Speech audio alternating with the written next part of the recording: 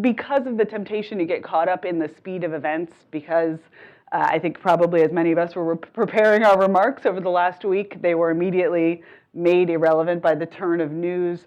One thing that we're going to try and do here today is step back to look at some of the larger moral issues, to look at some of the larger economic issues, put what's going on in context.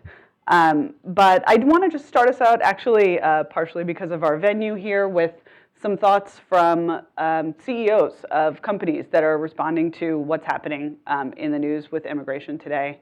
The Netflix chief executive, Reed Hastings, wrote on Facebook last week that that Trump's actions are hurting Netflix employees around the world and are so un-American it pains us all. Tim Cook said Apple would not exist without immigration, and of course, our CEO of Microsoft, our host here today, said, as an immigrant and as a CEO, I have both experienced and seen the positive impact that immigration has had on our country, on our company, and for the world. We will continue to advocate on this important topic. We are in a very fluid situation, and there's one element of this that I think Reason Magazine and Shika in particular has been returning to over and over, and that is how this is a very human issue, that there are people who got onto an airplane sometime last week and landed in a different legal landscape. There are people who thought that their green card meant one thing and discovered that it means something else. I guess, as the kids might say, that escalated quickly. And before we kick off, I just want to remind everyone that today is Fred Korematsu's birthday. So we are having a kind of moment to look at his legacy. He would have been, I think, 98 today, and of course was famous for challenging FDR's executive order 9066.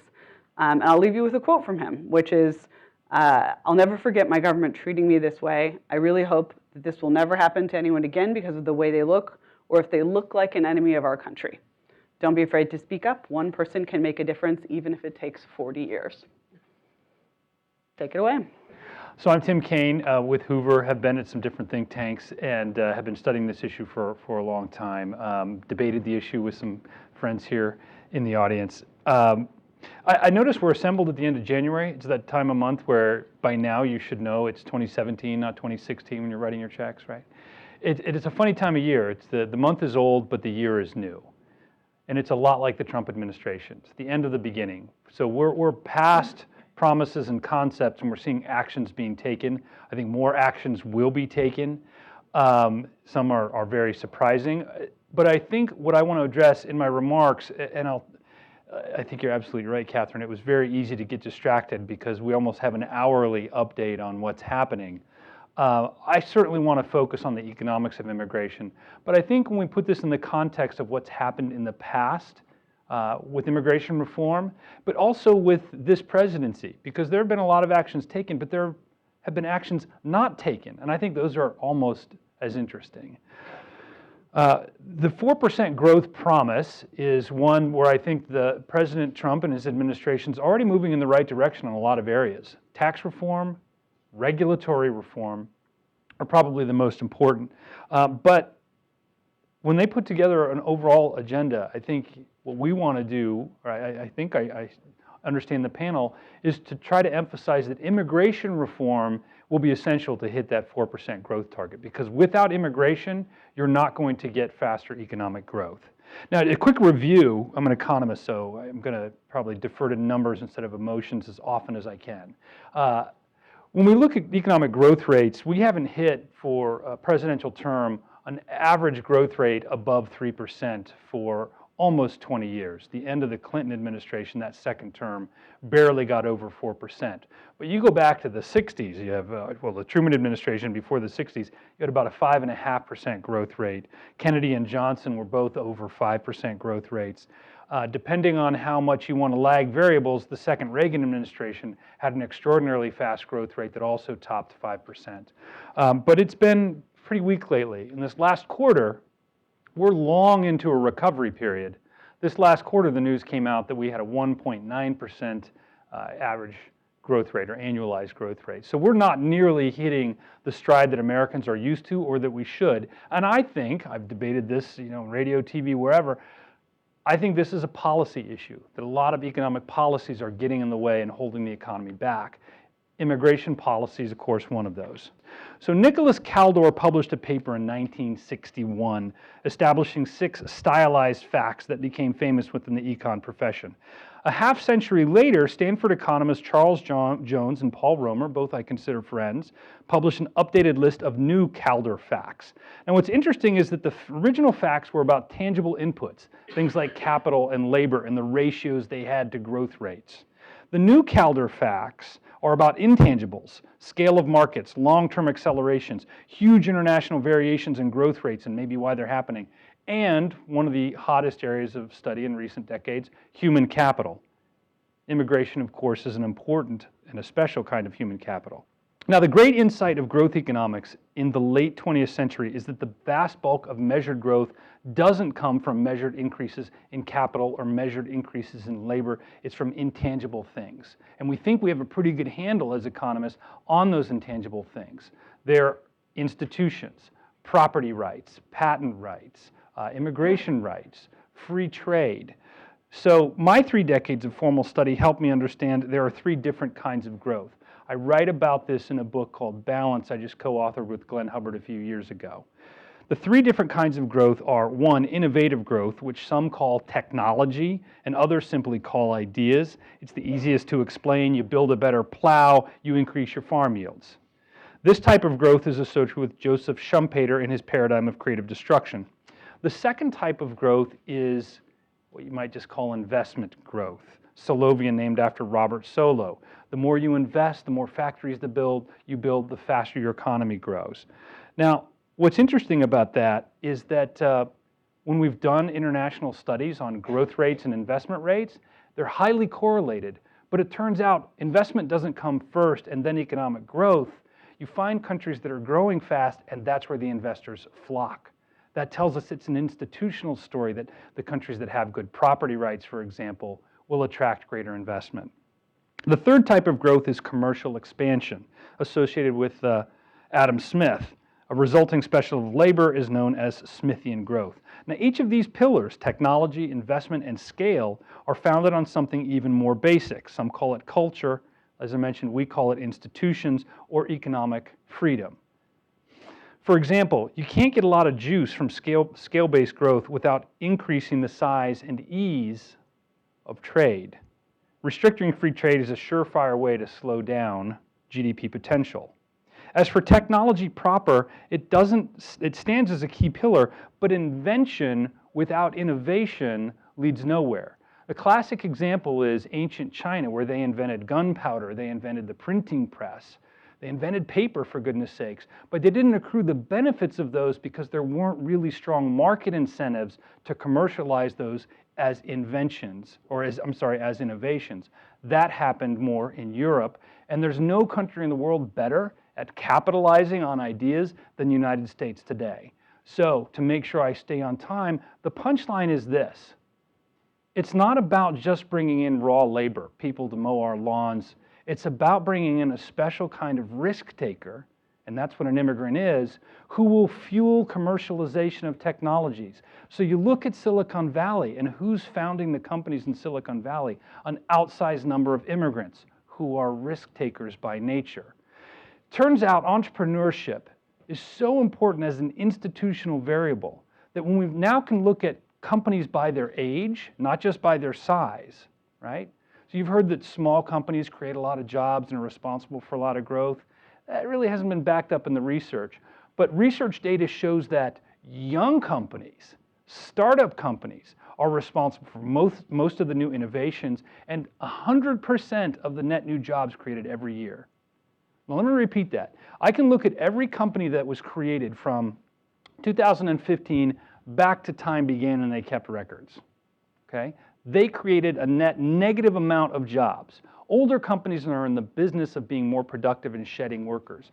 New jobs are created by startups. This has been a shocking fact. It's something I've written about. It's been widely cited, but I still tell economists this and they're surprised because the data is not that old. We just found this out. So if you want more jobs and you want more GDP growth, you need more entrepreneurship.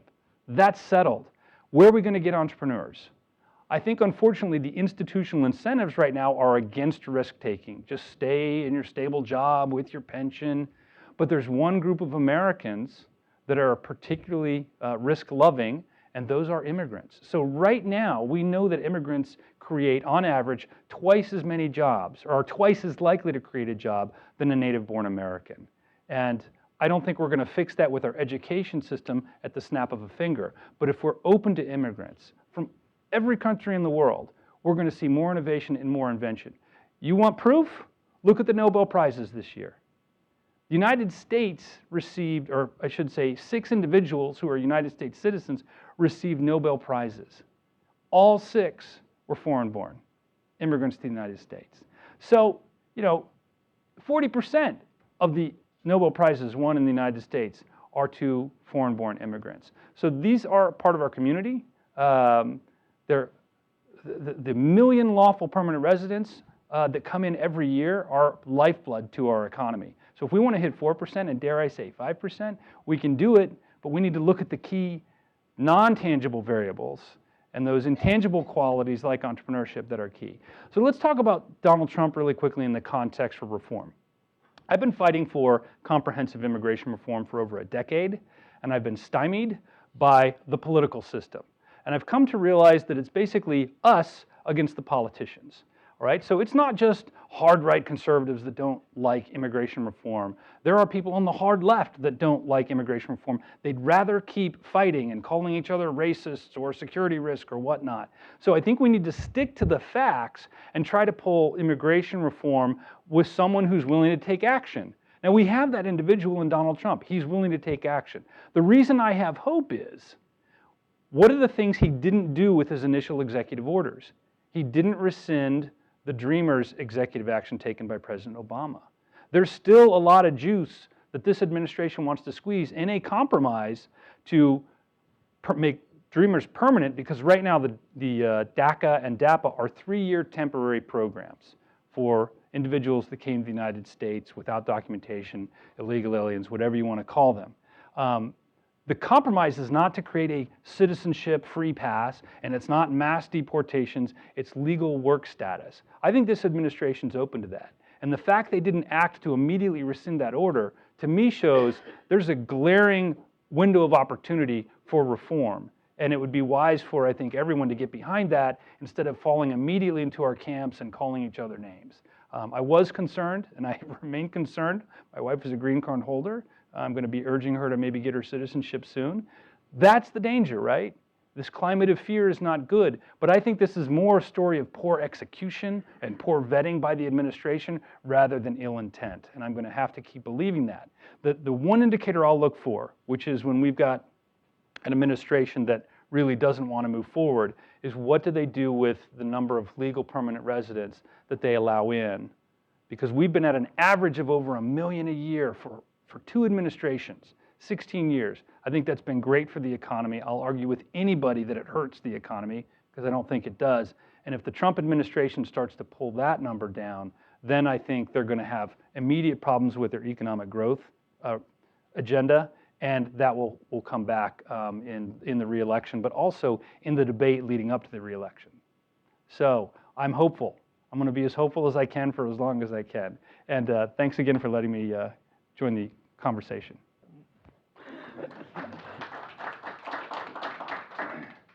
It's 10 days into this administration, and I don't know about you, but I'm already sick and tired of being sick and tired. I'm sadly not as optimistic as Tim is. I think the ill intent is there, and it's going to continue until it faces stronger resistance than it has so far. But in my presentation, I'm going to step back from what has happened in the last few days and look at some of the broader principles why we should be open to free migration, and I'll look at several of them. One is free markets. In general, in America, we say we should let free markets function, at least unless there's a very strong reason not to. Another is just freedom more generally, going beyond economic freedom to other kinds of personal liberty. A third is the principle of color blindness and how that applies to immigration policy. And then finally, at the end, I'll talk briefly about a few standard objections to having a presumption of immigration rights of open borders, and I'll try to explain why those objections, while not completely insubstantial, are not as weighty as they're sometimes seen to be. So first things first, free markets. Immigration restrictions are probably the greatest government intervention that we have in the American economy. They prevent literally millions of people from coming, finding work, participating in various kinds of economic transactions. Tim just mentioned some of the potential benefits that are lost through that. I would also mention that economists estimate that if we had free migration throughout the world, that would probably close to double world GDP. You didn't mishear, it would double world GDP. No other form of economic policy change that we could make has anything like that magnitude of benefits that can be expected over just a few years. And of course, many free market advocates, particularly people on the right, spend a lot of time opposing lesser government interventions that have much less effect than this one. And obviously, much less effect in terms of the numbers of people involved as well. But it's not just a matter of GDP or dollars and cents or economic freedom. Freedom more generally is at stake here as well. We all saw over the last couple of days how, because of this executive order that was just issued, we're stopping and turning back refugees that are fleeing all sorts of oppression by radical Islamists like ISIS, by tyrannical regimes like in Iran, and so forth. This is just one small part of the way in which immigration allows people to escape oppression of many different kinds. In my case, the oppression of the Soviet Union. In the case of immigrants from other parts of the world, many other different sorts of tyranny. So I think this aspect of the way immigration promotes freedom is pretty obvious. Less well known is how it promotes freedom for native-born citizens as well.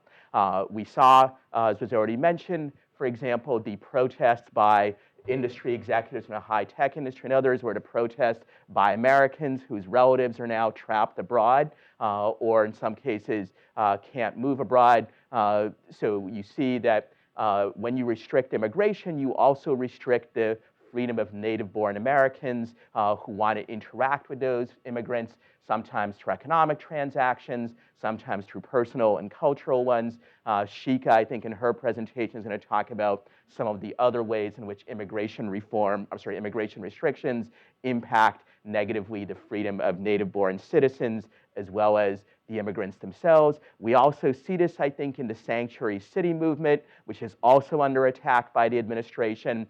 These sanctuary cities exist because most of the people in our largest cities, where a high proportion of undocumented immigrants are, they want these people there. They want to interact with them because they contribute to the economy, they contribute to culture, and so forth. So this should not be a matter of immigrants versus natives. Rather, reducing immigration restrictions can promote freedom for both native-born Americans and for immigrants alike. That is how we can actually make America great again, as opposed to through repression of immigrants, which will negatively impact both the immigrants and the natives. Now, I think it's also worth talking about another American principle shared by many people, both right and left, the idea of color blindness. Most people would agree either that in government policy we should completely forbid racial and ethnic discrimination, or at the very least we should have a strong presumption against it. Now, why do we feel that way? Well, one big reason is because race and ethnicity are morally irrelevant characteristics and ones that you can't change. Whether you're black or Hispanic or French or Russian, that's not something you can control. It's something that you were born with, and in and of itself, it doesn't say anything morally significant about you. It doesn't tell whether you're a good or bad person. It doesn't tell how much freedom you should have, and so forth. What is true of race and ethnicity is also true of where you were born, on what side of a line on the map. Whether you were born in Mexico or in the US or in China or Iran or Somalia or whatnot, it's not something you can control. None of us choose our parents, and it's not something that tells anything about whether you're a good person, how much freedom you should have, and so forth. So if we're against, at least as a presumptive matter, racial and ethnic discrimination, we should also be against discrimination based on place of birth. And of course, most, if not all, of our immigration restrictions discriminate in precisely that way. They discriminate based on our choice of parents. If racial discrimination is wrong, discrimination on the basis of place of birth is also wrong, at least as a presumptive matter. Maybe there are extreme circumstances where racial discrimination or ethnic discrimination or discrimination based on where you're born, where they might be the only way to achieve some great good. But at least as a presumptive matter, there should be a strong presumption against them because the principle is the same. Now, to be sure, where you're born may correlate with some characteristics that matter. It may correlate with the types of cultural values you have, or even in some cases with propensity towards violence. But of course, the same thing is true of race or ethnicity. Some racial or ethnic groups have higher crime rates than others. That doesn't mean that we can impose draconian restrictions on the freedom of the racial or ethnic group as a whole. And the same thing applies to groups that are defined based where they were on where they're born. And I would also note that our immigration policy, as practiced not just under the Trump administration, but also under previous administrations, such as the Obama administration, it actually directly promotes racial discrimination, not just against immigrants, but also against natives. The Obama Department of Homeland Security a couple years ago concluded that we must continue to engage in racial profiling for purpose of immigration enforcement in all so-called border areas, which in practice encompass a very large fraction of the United States, where something like 40 or 50% of the population lives. And that means continued racial profiling and discrimination, not just with respect to immigrants, but with respect even to native-born Americans who happen to look like them, particularly people who look like they might be Hispanic or Asian. So not only are immigration restrictions themselves analogous to racial and ethnic discrimination, but they in fact directly promote actual racial and ethnic discrimination. Both liberals and conservatives who claim that we should be, at least as a presumptive matter, colorblind public policy. They need to think about this more and focus on this issue. This is by far the biggest area where the federal government not only engages in racial discrimination, but does so openly, even under the Obama administration, which otherwise claimed to be opposed to racial profiling in law enforcement. Now, of course, I recognize that there are a variety of potential objections to open borders immigration, and I think some of them have some merit, but in general can be handled by means short of the kind of massive, large-scale immigration restrictions we have now. I'm not going to go through all of them, but I will note just a couple of ones that are most commonly put forward. One, the concern by many on the right, if we allow immigration or too much of it, we will increase welfare state spending. Empirically, this just isn't true. In the United States, states with high proportions of immigrants, both legal and illegal, do not have more welfare spending per capita than those that have fewer. Even if this were a problem, the way to deal with it is obvious: restrict the welfare spending rather than restrict the immigration. And there are actually already laws in place, like the 1996 Welfare Reform Act, which do that to a significant degree. Other objection, often cited by Donald Trump himself, is the way he kicked off his campaign, is the claim that immigration increases crime. The exact opposite is true. Far from Mexico sending us murderers and rapists, as you may have heard from the president when he was on the campaign trail, immigrants, including Mexican immigrants, actually have much lower violent crime rates than native-born Americans. They're actually lowering the crime rate rather than raising it. Another objection often raised is, if immigrants come in, they might negatively affect the rest of us. They might vote for bad policies of various kinds. I don't think this can be completely dismissed, but the data show that immigrants' political views are actually closer to those of natives than is often thought. Moreover, recent immigrants, for obvious reasons, usually have much lower levels of political participation and other political influence than natives do, so this risk at the very least is greatly overblown, and to the extent that it's real, it can be reduced, for example, by taking longer to give people citizenship, which means they won't be voting until a later period. Now, we've also, over the last couple of days, heard a lot about the supposed risk of terrorism created by immigrants. In actual fact, the annual chance that the average American will be killed by an immigrant terrorist of any kind, refugee or otherwise, Muslim or otherwise, that chance is several times lower than the chance that you will be killed by a lightning strike. So the risk here is extremely low. And by barring immigrants, we actually increase it more than reduce it. Among those who want us to bar Muslim immigrants are the leaders of ISIS. They know what I wish Donald Trump would learn, which is that if we keep out those immigrants, those refugees, that means more people living under the rule of ISIS, which strengthens them. And it also means less cooperation between people from those areas and American forces.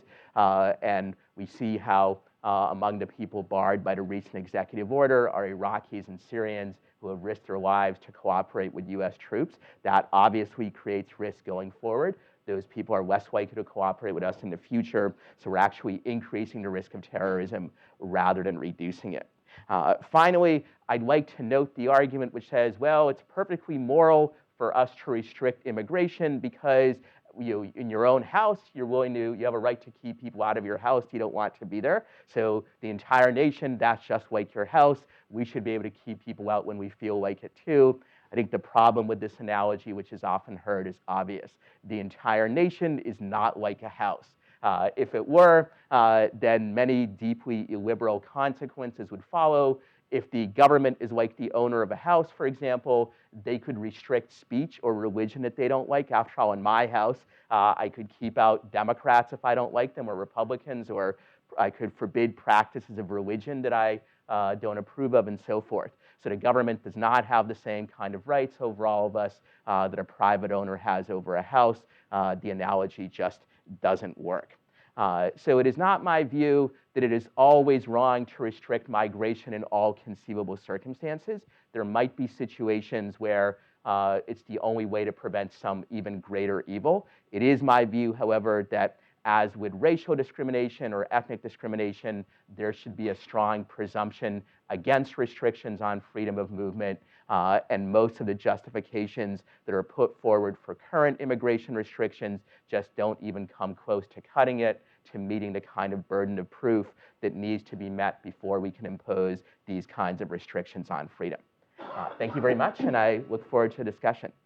Thank you, ILYA. That was very good. And so Tim pointed out the economic downside of a restrictionist policy, and ILYA pointed out the moral downside of an restrictionist policy. And I'm going to point out the liberty downside of a restrictionist policy.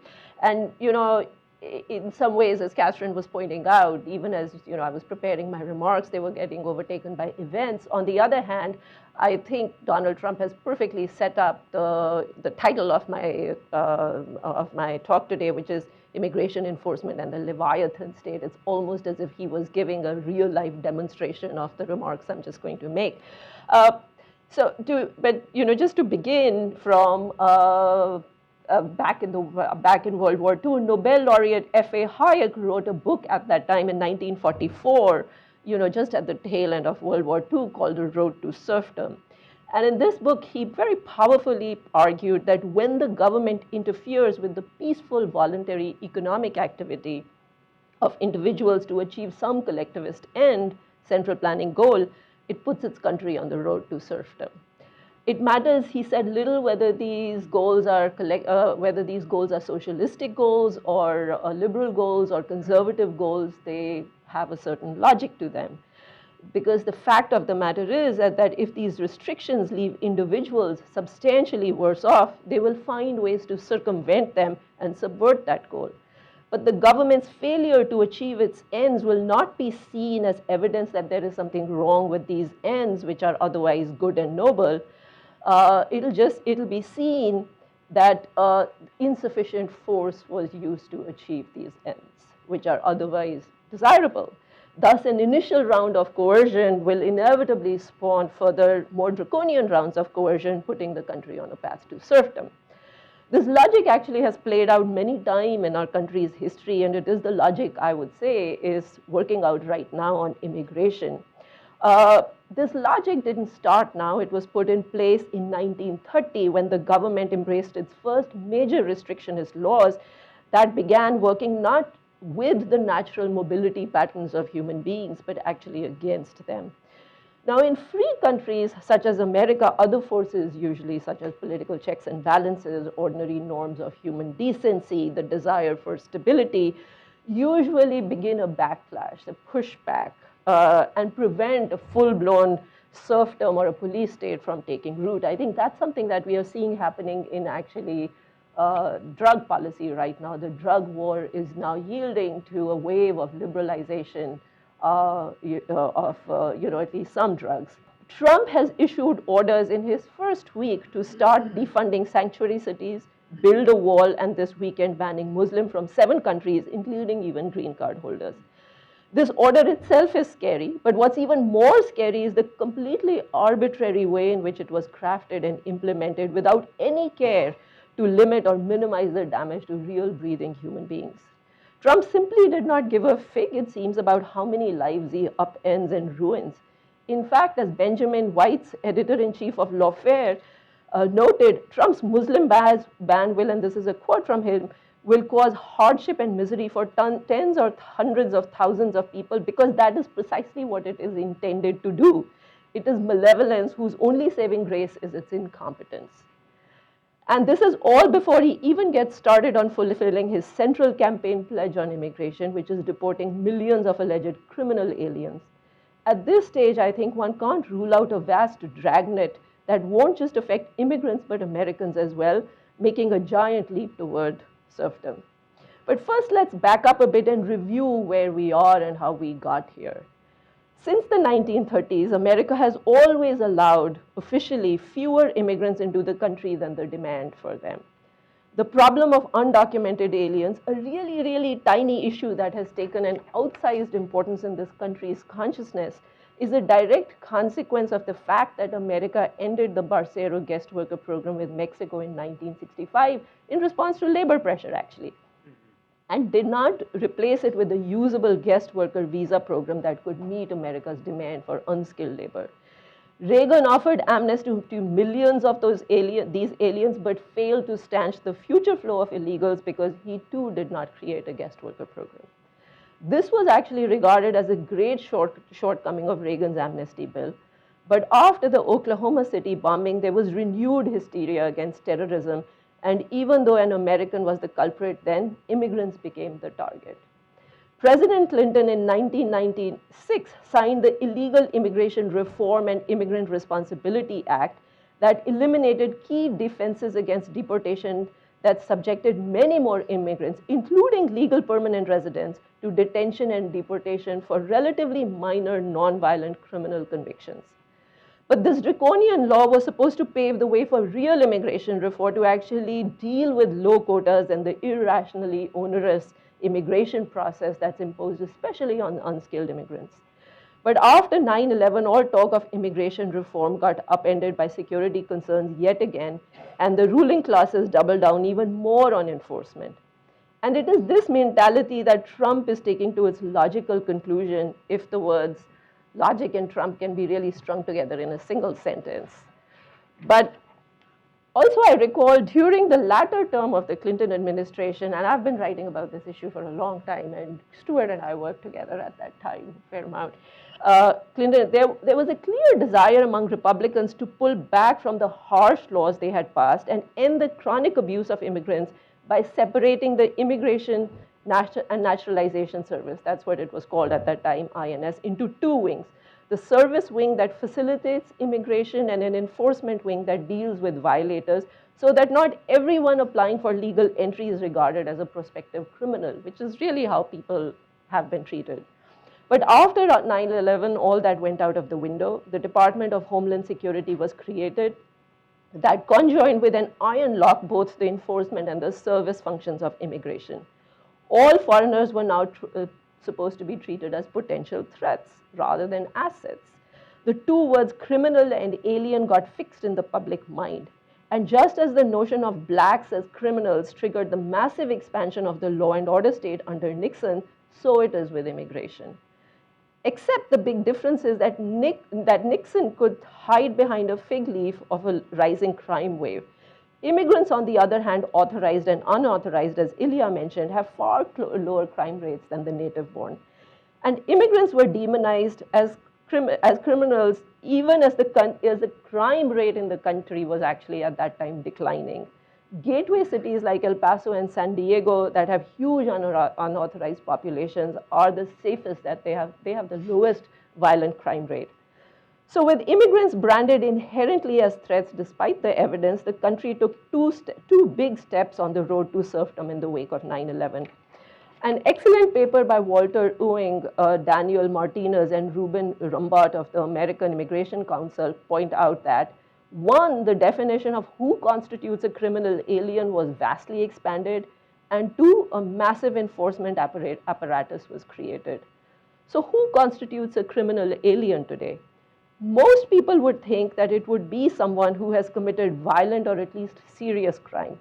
But if you examine the DHS's data, and they did an analysis of its 2013 deportation data, Ewing and all found that it shows that immigrants who committed what FBI defines as serious crimes such as assault, robbery, burglary, larceny, theft, collectively they only constitute about a fifth of the deported population. About 15% were removed for drug-related offenses such as small amounts of possession of marijuana or traffic violations such as unpaid tickets or non-fatal hit and runs. Nearly a third were removed for immigration-related offenses, illegal entry or repeat entry. The first is a misdemeanor in most circumstances, but the second has been now branded a felony actually for a while now. Indeed, now nearly all those sentenced for unlawful entry the second time receive a prison sentence, which is 2 years. So you go to jail for 2 years for illegally entering a second time. Equally tragic, the immigrants detained and deported don't even have to be illegal anymore. Many of them are legal and even permanent residents or green card holders thanks to the Clinton era anti-terrorism laws.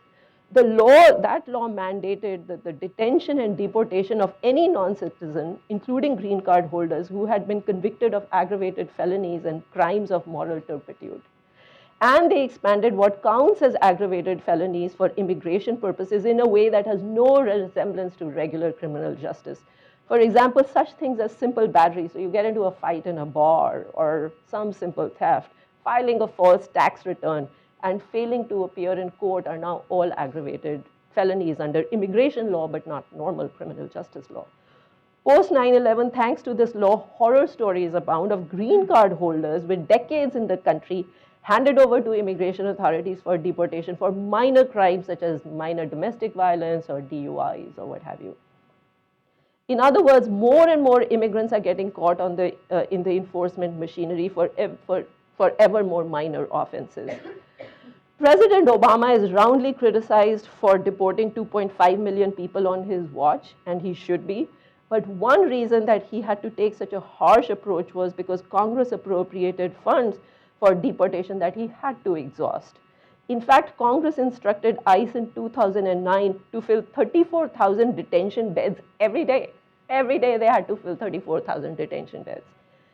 It was not possible for the Obama administration to do so only by focusing on hardened undocumented criminals, because immigrants just are not that crime prone. So the administration had to keep digging deeper into the alien pool, using ever more frivolous grounds and using ever more inflated rhetoric to go along with its actions. The only way President Obama could have escaped the statutory shackles imposed on him was by prioritizing immigration reform, making it among his first orders of business, as many of us had actually begged him at the time. It was a sensitive issue, we told him, that required a lot of political capital that presidents only have initially, which Donald Trump, by the way, understands fully well. For all of his other incompetence, he understands the politics of this very, very well. President Obama failed to do so, and that was a missed opportunity, and that will be a huge taint on his legacy. But that's a story we'll discuss on another day. Toward the tail end of President Obama's term, he did begin to pull back from his expansive definition and started more targeted deportations under his priority enforcement program, mainly because he was running out of people to deport, not because of really any other reason. And that's why President Trump's pledge to deport millions more is so ominous at this stage. How will he find these people? basically by widening the dragnet even further.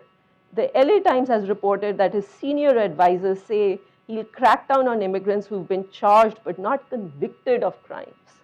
In other words, they can book people on the flimsiest of grounds and send them to detention camps to be deported. Basically, every non-citizen might be fair game, legal, illegal, with temporary visas or green cards, just as with the Muslim ban. Trump will get away with this because detention is not considered imprisonment and deportation is not considered a criminal punishment. It is just considered a civil action. So he doesn't have to extend the same due process rights for such actions that he would have to for a criminal conviction and a jail sentence. And Trump will be aided in his efforts to snag immigrants by a giant enforcement apparatus erected over 2 decades. His 2 big tools will be a 287G program that was created by the 1996 Clinton era law. It basically allows local law enforcement to voluntarily sign up with DHS agents and require nearly the same powers as federal agents to access federal databases, check immigration status, interrogate and arrest non-citizens, and issue detainers till they are whisked away for deportation by ICE agents. It is the opposite of what sanctuary cities do. This is the tool that the notorious Arizona Sheriff Joe Arpaio used to unleash his reign of terror in his county. In fact, the National Sheriff's Association, always looking to expand its mission, has been asking for the expansion of this program, and it may well get it under President Trump. The other tool that President Bush created, President Obama mothballed in 2009, and President Trump announced last week he will restore, is the Secure Communities program. This has received a lot of press. This program of questionable constitutionality requires law enforcement to check the fingerprints of anyone they detain, no matter how minor the crime, against ICE databases. If these folks turn out to be illegal, ICE issues a detainer requiring the person to be held for 48 hours till he's whisked away for deportation. Basically, something as minor as unpaid parking tickets can become grounds for deportation, breaking families, ruining lives. Undocumented aliens simply don't have very much margin for error. This program actually triggered the sanctuary city movement around the country, forcing President Obama finally to replace it with something called the Priority Enforcement Program, which started prioritizing deportation based on the actual threat, but although that definition was also pretty loose. Also back on the Trump menu will be SWAT raids on workplaces, schools, etc., to hunt down undocumented workers. LA Times has also reported a story that's saying that these tactics are back under consideration by the senior Trump staff. Now, Trump may well make life a living hell for immigrants, but anyone who believes that this dragnet will leave Americans themselves unscathed is living in a fool's paradise, as ILYA pointed out. In 2014, 66% of the illegals who were deported had been in the country more than 10 years, long enough to put down roots and acquire families. In 2013, 5,100 American kids were in foster care because their parents had been deported. Many Americans in mixed status families have chosen to self-exile because one spouse is undocumented. So these are Americans who are self-exiling. Some opt to break up. Nearly 90% of the deported are men, leaving their American families who lose a breadwinner, no option but to go on the welfare system. Indeed, our deportation policies are sowing the seeds for the next generation of a Hispanic underclass. But it is not just American Hispanics and minorities that are going to be affected by Trump's dragnet. Blue-blooded Americans will be too. Mandatory E-Verify will essentially mean that all Americans will have to get a permission slip from the government to work. At the local level, cities such as Riverside, New Jersey, that go after have been going after actually for a while, after American landlords that rent to undocumented aliens. In Alabama, they've started imposing business death penalties on any establishment caught for a second time hiring undocumented workers. Basically, they are shutting down American businesses to protect American jobs. The ACLU has pointed out that 66% of Americans already live in what amounts to a constitution-free zone. That's because thanks to Interior Enforcement, Border Patrol's authority to conduct what they call routine searches, such as searching luggage or a vehicle, is no longer limited to the ports of entry, but it extends 100 miles inwards. In this region, border agents don't need a warrant or even suspicion of wrongdoing to stop people. They can stop anyone. Non-cooperation is dealt with very harshly. Stories of abuse of people whose face or manner triggers a border enforcement official are just legion. We actually ReasonTV did a great video about this a few years ago. In this area that covers, this 100-mile constitution-free zone now covers full states of Maine, Florida, and much of Michigan, where I actually live. DHS in these areas can institute roving patrols with broad extra-constitutional powers. It can set up traffic checkpoints and fly surveillance drone overhead with high-powered cameras to track movements. The Nation actually did a great story 2 years ago about a town in Arizona, which is within this 100-mile zone, where border patrol checkpoints have become a permanent presence, and people can't go to the grocery store now without submitting themselves to an inspection first. It is like living in the West Bank. But there is still a lot of scope for President Trump to ramp up and scale up all of this. His inaugural speech painted a dystopic picture of America. If his first week is any indication, he might make it a reality exactly as Hayek had warned. So talk to me a little bit from your kind of respective positions about why do you think that rhetoric has come about, and what does it mean for how this debate goes forward? So I teach constitutional law, and it is a Muslim ban, albeit thinly veiled and disguised. You don't have to take my word for it. Take that of Rudy Giuliani, who says that he helped design this program, and he says, well, we wanted to do a Muslim ban, but we thought that would be problematic. Perhaps we would do it directly, so we wanted to get as close as we could to achieving the same thing by other means. And so they target, in this case, 7 nations, all of which are overwhelmingly Muslim. Then there's a provision possibly providing favorable treatment for groups that are minority religions in those countries, which I think they had in mind non-Muslims, though you could potentially separate out different kinds of Muslims, Sunni and Shia and so forth, who might be minorities. So in ordinary constitutional law, religious, ethnic, or racial discrimination is forbidden when it's explicit, if you explicitly say we're discriminating against Muslims, but also if on the face of your measure, it's on facially neutral, but in reality, it's intended to affect a particular religious or ethnic or racial group, that too is usually unconstitutional. For example, consider, for instance, poll taxes imposed on voting in the Jim Crow South. On its face, they were neutral, but we know they should have been struck down as unconstitutional because the intention was clearly to target blacks.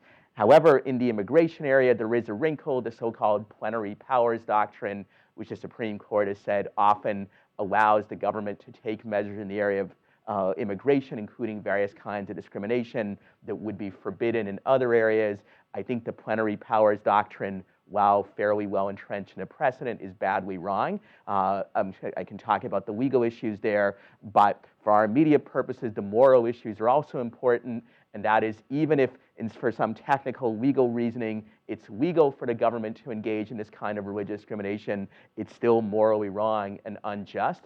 And the fact that it's veiled as something that on its face is neutral should not blind us to what is clearly the ill intent here, admitted by the administration's own supporters and the people who helped draft this particular measure. It is aimed at Muslims, and the thin veneer of neutrality should not deceive us. Yeah, the only thing I'll add to that is that, just because not all Muslims are banned doesn't mean it's not a Muslim ban, because everybody who is banned is a Muslim. And in fact, he has said he'll make exceptions for Christian refugees. So, but to your point of the hashtag Muslim ban, I mean, to some extent, it's a great example of the forces of pushback working however much Trump may have tried to fool people, the fact is that this is a Muslim ban. People recognized it very quickly and mounted something of a resistance movement, which we'll see if it works in this case, but even if it doesn't, it just shows you what the forces are out there. But to say that this is not a Muslim ban to me sounds pretty slim. Without disagreeing with either of my colleagues, I think it's a distraction. I think this issue of fighting over this is really a distraction. And there have been many worse things in U.S. history. When I look back at the internment camps that were set up by the liberal hero Franklin Delano Roosevelt for U.S. citizens, that's really egregious. The president has a ton of discretion about which refugees are let in. President Obama had very low numbers of refugees from Afghanistan and from Syria until his last year, right? So President Trump wants to restructure that. I think it's been done very clumsily. I think there may be some merit to the constitutionality, but he has a ton of discretion. And there are a lot of refugees around the world, including in Central America, which we've been a little bit cold to in this country. All that said, the United States has been extremely generous with its acceptance of refugees. And overall, #1 country in terms of accepting not just refugees, but permanent residents to become U.S. citizens. The #1 country that does that is the United States. On a per capita basis, no, the Canadians are great. I think we're maybe number 11. But just in raw numbers, we have been a generous country. Also, if you look at American attitudes, you know, if we just worry about what's happening with what I think is a sideshow, the American people, if you ask, do you think immigrants of different races and different religions strengthen the country? I think the number is 55, maybe it's 60% in a Pew poll recently. That's double the most accepting attitudes in a European country. Right? So we are a generous people. I wouldn't get too distracted by something that was very clumsily and poorly rolled out and get too worried about it.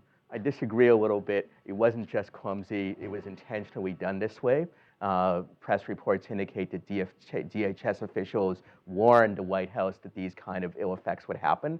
They chose to press ahead anyway because they don't care, or even perhaps they think with their core constituency it might be politically advantageous. Totally agree, the US historically has been relatively generous, and the majority public attitudes are not where Trump is, but we should not ignore the fact that these people are in power, that they do have this ill intent, and that they need to be actively opposed. And it is not a sideshow to look at many thousands of people who are severely harmed by this and to say that that's wrong and should be reversed. Yeah, and let me just reiterate, this wasn't a single thing that the Trump administration did in their first week. This was part of a series of executive orders, all against immigration, building a wall, defunding sanctuary cities, what have you. So I think at this point, we are entitled to make some presumption about the intent of this administration and where it's headed. So this, I'm like I said, I don't want to disagree with you guys. I think what you say has merit, but we can also look at statements coming out of the administration. This wasn't fully vetted by everyone in the administration and all the agencies, and there's pushback within. The restrictions on LPRs, I thought was terrible. I mean, it made the administration look bad, but they had to walk it back and then tried to walk it forward again. So there's a knife fight going on right now within the administration, and I think, I don't want to get too distracted by this. I was more concerned about the fact that you had LPRs who aren't refugees, right? LPRs restricted and turned back. That does affect our economy, and it creates, I think, a bit of a shockwave in, does someone who's an engineer coming out of a university in Germany or Turkey or India, would they want to come and accept a job at Microsoft after this action? That to me was I think the refugee thing will get flipped around and corrected. I'm a little bit more concerned about what happened with LPRs, and if like I said, I'm looking at LPR numbers in this next year, and if those are drawn down, that's where you get a real impact on the economy, and I think you really knock our status off as being a generous country in immigration.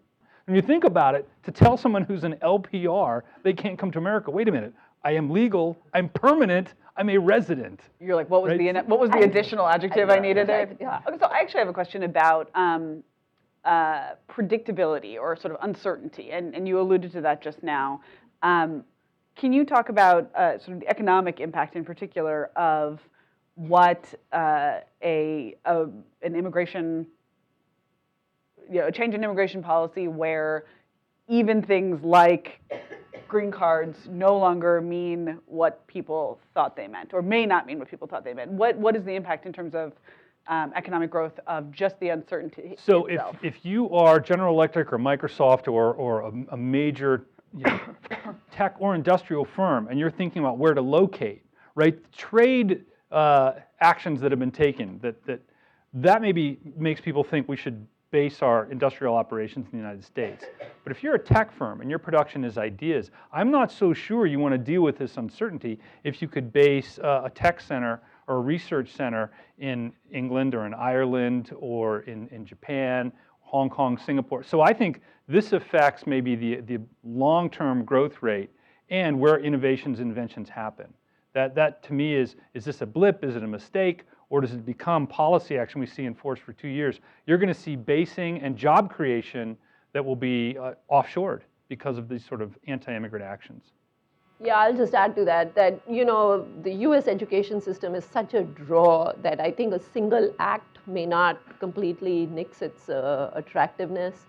But I think the bigger problem is that a lot of students come over here. I mean, I took a traditional path from India, which is I came over here, got an H-1B, and then got a green card. The problem is, at least for Indian and Chinese immigrants right now, that there is such a green card backlog that you don't want to come and invest that kind of money over here in a US education if you are not going to then be able to get a job here. So if you're just coming here for a limited amount of graduate studies or what have you, that'll be fine, but a lot of, that's not the reason people pay big bucks out of pocket to come here. They consider it as an investment, and nowhere else in the world is an education as expensive as it is in the United States. So you expect big returns if you're going to come here. So it could have an impact, we'll see. U.S. education is one of our crown jewels, and in fact, it's a big export industry. So when a student comes here to study and pays full tuition at University of Michigan or other fine Big Ten schools, that's money that comes into the United States and strengthens our economy. And it would be a shame to lose that crown jewel or to dent it. And I think the Bush administration was responsive. So it's definitely something to keep an eye on. And it has longer-term consequences about work afterwards as well. Does anyone on the panel have a sense of potential sort of moves in the direction of openness by Trump? I mean, obviously, we're sort of very focused right now on the restriction on the 7 countries and on the limitations on sanctuary cities and the building of the wall. All of those obviously move toward restrictionism. That's theoretically compatible with, say, increasing the number of H-1Bs. Does anyone who's So I think Can you talk about that at all? Stuart is going to get into that, I think, in the next session. But, that was kind of like the hope for a lot of us was that, okay, if you want to build your stupid wall, go ahead and build it. It's like $17 billion. But, so long as you start a guest worker program for unskilled workers, or if you, ease the H-1B situation, that if you are using that to buy political capital, to do that, it wouldn't have been an altogether horrible bargain. I mean, the symbolism of a wall still may remain odious and all of that. But I don't see the signs of it right now. And maybe Tim's optimism is more accurate than mine, but I don't see the signs of it. I would just second that. And I think looking at the congressional voting patterns and the way that congressmen vote, or have answered survey responses, Republicans are so amenable to a legal status, work visa sort of compromise. So you need the symbolism, being tough on immigration.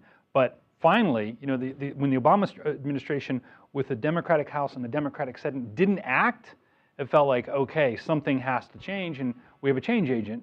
So yeah, it's willing to still put our bets on hope, I think, right now. A couple of thoughts on this. First, with regard to H-1B visas, this actually came up during the campaign several times, and Trump eventually shifted to a position not of expanding them, but reducing them. Right. And I think the events of the last 10 days so far suggest that we should take Trump both seriously and literally. And so until strong political pressure pushes him away from this, we should expect at the very least that there won't be an expansion of H-1Bs, or at least that he won't support any such thing. And he may even try to push for a reduction. In terms of expanding, one area where he said maybe there might be some expansion is with respect to Christian refugees fleeing persecution in the Middle East, which indeed, obviously they are facing horrible persecution in many places. However, so far the order that he's issued actually works in the opposite direction. For instance, all Syrian refugees are banned indefinitely, including Christians, and reports that we can actually, there are examples of Christian families being turned back at airports. So while I do think this is aimed primarily at Muslims, and there probably are people in the administration who genuinely sympathize with Christian refugees. The dominant force there, at least so far, seem willing to let the Christian refugees be collateral damage of their efforts to get at the Muslims. Obviously, I think you're absolutely right. In Congress, among some congressional Republicans, there's different kinds of sentiments. In the past, under both Democratic and Republican administrations, members of Congress have not proven to have a lot of spine in resisting presidents of their own party. However, some Republicans have been very critical of what Trump did over the weekend, and if there is some hope, it's in that maybe some significant part of Trump's own party will not follow him in this awful direction. But as with all politicians, they tend to respond to incentives. So the stronger the resistance, the bigger the price Republicans pay for this, the more people will, more politicians at least, will be willing to stand up to the administration. There are a few who might do so as a matter of principle, like Justin Amash, for example, from Shika's own state, but most politicians aren't like that. Most politicians look to see where the political opportunities are and where the winds blow.